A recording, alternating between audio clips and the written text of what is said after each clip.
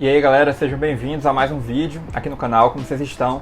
Estou aqui hoje para te mostrar algumas dicas, formas que vão te ajudar mesmo a entender como funciona o Enem e principalmente coisas que você não pode fazer nessa reta final, nesse processo de preparação para o Enem 2023 para não ser reprovado, para não conseguir o que você deseja, que é a aprovação. Mas antes de começar o vídeo e antes de eu te passar essas dicas, não deixe de se inscrever no canal, curte, comenta, compartilhe o vídeo com os amigos, porque isso me ajuda bastante. E tá saindo vídeo novo todo dia aqui no canal, às 12 e às 19 horas. Então escreve, curte, compartilha o vídeo. Let's bora! Bom galera, então vamos lá. Eu acho que pega um papel e uma caneta primeiro, para você não se perder aqui no vídeo e para você também anotar as dicas, certo? Primeira coisa que eu acredito e que é muito importante para você não fazer de jeito nenhum no Enem é não ter um bom planejamento de estudo e um bom cronograma de estudo. Então isso antecede o dia ali para valer o Enem, o exame.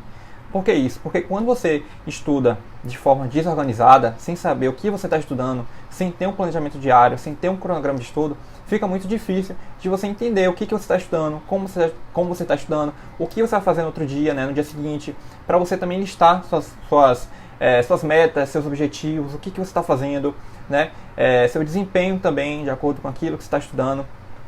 Então, é muito importante você ter um planejamento de estudo, você tem que ter um cronograma de estudo também. Então, por exemplo, você anotar o que você vai fazer no dia, o que você vai fazer pela manhã, pela tarde, pela noite. Tem um cronograma de estudo com a lista dos assuntos que são mais cobrados, principalmente isso, os assuntos que são mais cobrados, porque eu vejo que às vezes a galera estuda tudo de uma só vez, sendo que tem assunto que cai com pouca frequência no Enem. Então você tem que ser estratégico e tem que ser inteligente a ponto de entender também quais são os assuntos que são mais cobrados, porque só assim você consegue estudar de forma estratégica, de forma muito mais eficiente e entendendo o assunto de fato. Então, por exemplo, ter um planejamento de estudo vai te ajudar a não procrastinar no dia, porque você sabe que tem que fazer aquilo, são as suas obrigações do dia. E isso vai te ajudar também a ter um cronograma de estudo de forma ampla, para você visualizar mesmo o que tem que ser feito, como eu estava falando. Então o planejamento ele é mais diário. E o cronograma de estudo ele pode ser, por exemplo, mensal. Então você coloca ali suas metas para atingir no mês X, no mês Y. Então, eu quero melhorar em redação. Então minha meta nesse mês aqui, e eu vou colocar no meu cronograma de estudo, é estudar 3 vezes redação por semana. Ou seja, fazer 3 redações por semana. Então essa é a minha meta, esse é o meu objetivo e que está no cronograma de estudo, para eu poder visualizar mesmo. Então isso é muito legal. Mais legal ainda por conta disso, porque você consegue se manter organizado, então você não procrastina, você sabe o que tem que ser feito. Então, se você não tem isso, se você não tem um planejamento de estudo, se você não tem um cronograma de estudo, fica muito difícil de você ser aprovado no Enem, porque você não vai conseguir ser organizado a ponto de entender o que você está fazendo, o que você está estudando, então fica muito difícil mesmo. Então, eu acho que a aprovação não seria tanto, não seria algo que você conseguiria, por conta disso. Porque você precisa mesmo ser organizado, você precisa de um planejamento de estudo e de um cronograma de estudo. Uma outra coisa também que antecede o dia ali do Enem, e eu já vou falar sobre isso, no dia ali para valer o que você pode fazer e o que você não deve fazer de fato no dia para não ser reprovado, eu acho que você também não pode deixar de fazer simulados, porque quando chegar ali no dia tem que ser um hábito, então, como se aquilo já fosse uma coisa tão comum na sua vida, tão tranquila de se fazer, que não vai ser um problema, não vai ser um sofrimento. Então você precisa fazer simulados antes. Então, se você não faz simulados antes, você está errando. Você precisa treinar, até mesmo para entender como aquele assunto que você estudou, que está no cronograma de estudo, que está no planejamento diário, é cobrado de fato na prova. Porque é o que eu sempre digo, às vezes o assunto ele é muito grande, mas quando você vai para a questão, ele é cobrado de uma maneira muito específica, muito única. Então isso é muito importante também por conta disso, porque você entende como aquele assunto é cobrado, você entende os macetes, as manhas para entender, para resolver aquela questão. Então quando você faz simulado, até mesmo por conta disso, de otimizar o tempo, de saber quanto tempo você consegue resolver 10 questões aqui em humanas, 10 em matemática. Então isso é muito importante e você também não pode deixar de lado. Mas indo para a parte prática, o que você não pode fazer? Primeiro, achar que você tem o tempo todo do mundo para resolver as questões e a redação, por exemplo, no primeiro dia. O tempo é curto, por mais que você ache que não, mas ele é curto. E quando a gente está fazendo redação, mais ainda, porque parece que 1 hora passa voando. Então, assim, não tenta... e era um erro também que eu cometia bastante antes. Eu focava muito em uma área, por exemplo, eu focava muito em redação e deixava o resto de lado. Então, quando eu ia depois resolver as questões, por mais que minha redação estivesse perfeita, eu não tinha mais tempo. Então, por exemplo, eu só tinha 1 hora para resolver 45 questões de humanas. Isso não tem sentido, você não consegue. É muito difícil. Talvez tenha gente que consiga, mas eu acho que, assim, de um modo geral, é muito difícil, São 45 questões, com muito texto, com muita pegadinha ali, querendo ou não, né, alternativa para você saber diferenciar, para você encontrar a alternativa correta. Então, para você não cometer esse erro, tenta otimizar o tempo, tenta administrar o tempo, principalmente para você equilibrar e colocar uma quantidade certa em cada área, digamos assim. Então, isso mesmo você só vai aprender fazendo simulado, por exemplo. Então, eu fazia simulados com um cronômetro. Então, eu botava assim, ó, eu tenho tantas horas para responder 45 questões de linguagens, tantas horas para responder 45 questões de humanas e tantas horas para responder tantas questões, fazer a redação, por exemplo.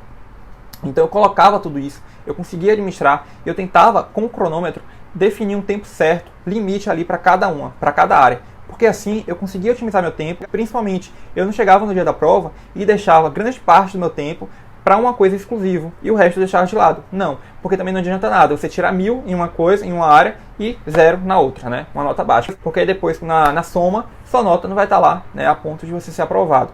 Uma outra coisa também que eu acho que reprova muito o estudante é ele ir direto ali na parte prática, quando você está fazendo o Enem, ir direto para o texto, ler o texto. Vai primeiro para o enunciado, lê primeiro o que a questão está pedindo, porque aí depois, quando você for para o texto, já vai entender e já vai buscar o que a questão está pedindo de você. Então, isso vai otimizar tempo, a ótima forma também, por sinal, para você conseguir responder mais questões, né, em um pouco intervalo de tempo.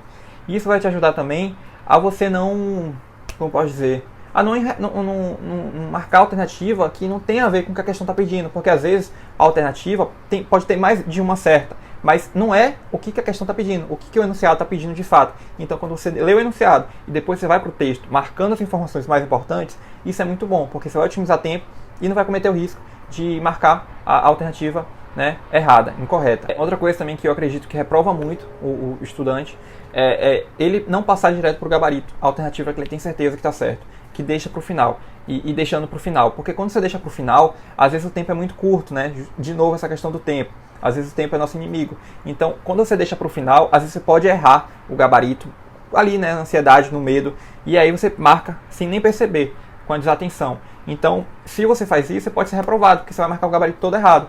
Então já vai marcando no gabarito aquela alternativa que você tem certeza. Você fez a questão, tem certeza que aquela alternativa está correta, passa direto para o gabarito, nem pensa duas vezes, ok? Uma outra coisa também que eu acho que reprova muito estudante é aquele estudante que, quando está estudando, não faz pausas. Porque se você não faz pausas durante o seu estudo, você não vai ter um bom desempenho, uma boa absorção, digamos assim, do estudo, né, por completo. Porque é muito mais difícil você estudar 10 horas seguidas. Não, acho que isso não existe. Você tem que fazer pausas, você tem que respirar, tem que ter um momento de descanso, né, para relaxar mesmo, para poder beber uma água, para poder comer alguma coisa. Então, se você não faz isso, você vai estudar ali aquelas 10 horas achando que está estudando, mas você não está estudando, você não está absorvendo nada. Aí quando chegar no dia da prova, você não vai conseguir entender o assunto, não vai conseguir entender aquela questão, não vai marcar a alternativa correta. Então, estuda antes, né, de uma forma mais tranquila, mais leve mesmo, fazendo pausas, fazendo intervalos de descanso, porque só assim, no dia da prova, você vai conseguir absorver melhor o assunto, você vai conseguir entender o assunto e vai ter, de fato, né, consequentemente, um bom desempenho. Mas no mais é isso, meu povo. Acho que era isso que eu queria falar com vocês nesse vídeo. São formas de estudo, dicas para você não aplicar, e em contradição, né, dicas para você aplicar, para você se dar bem no Enem, né, e não ser reprovado. Então, eu espero que vocês tenham entendido, que vocês tenham gostado do vídeo. Em caso de dúvidas, fala aqui comigo nos comentários, que eu estou respondendo vocês. E aproveita e deixe nos comentários também, além de sugestões de vídeo, que vocês querem ver aqui no canal nesse ano de 2023, mas também dicas, sugestões que eu não mencionei aqui no vídeo e que vocês acham que seria legal também acrescentar e compartilhar com o resto da galera aqui no canal. Mas no mais é isso. Então esse foi o vídeo, eu espero que vocês tenham gostado. E mais uma vez, obrigado de verdade por estarem aqui comigo. Até o próximo vídeo.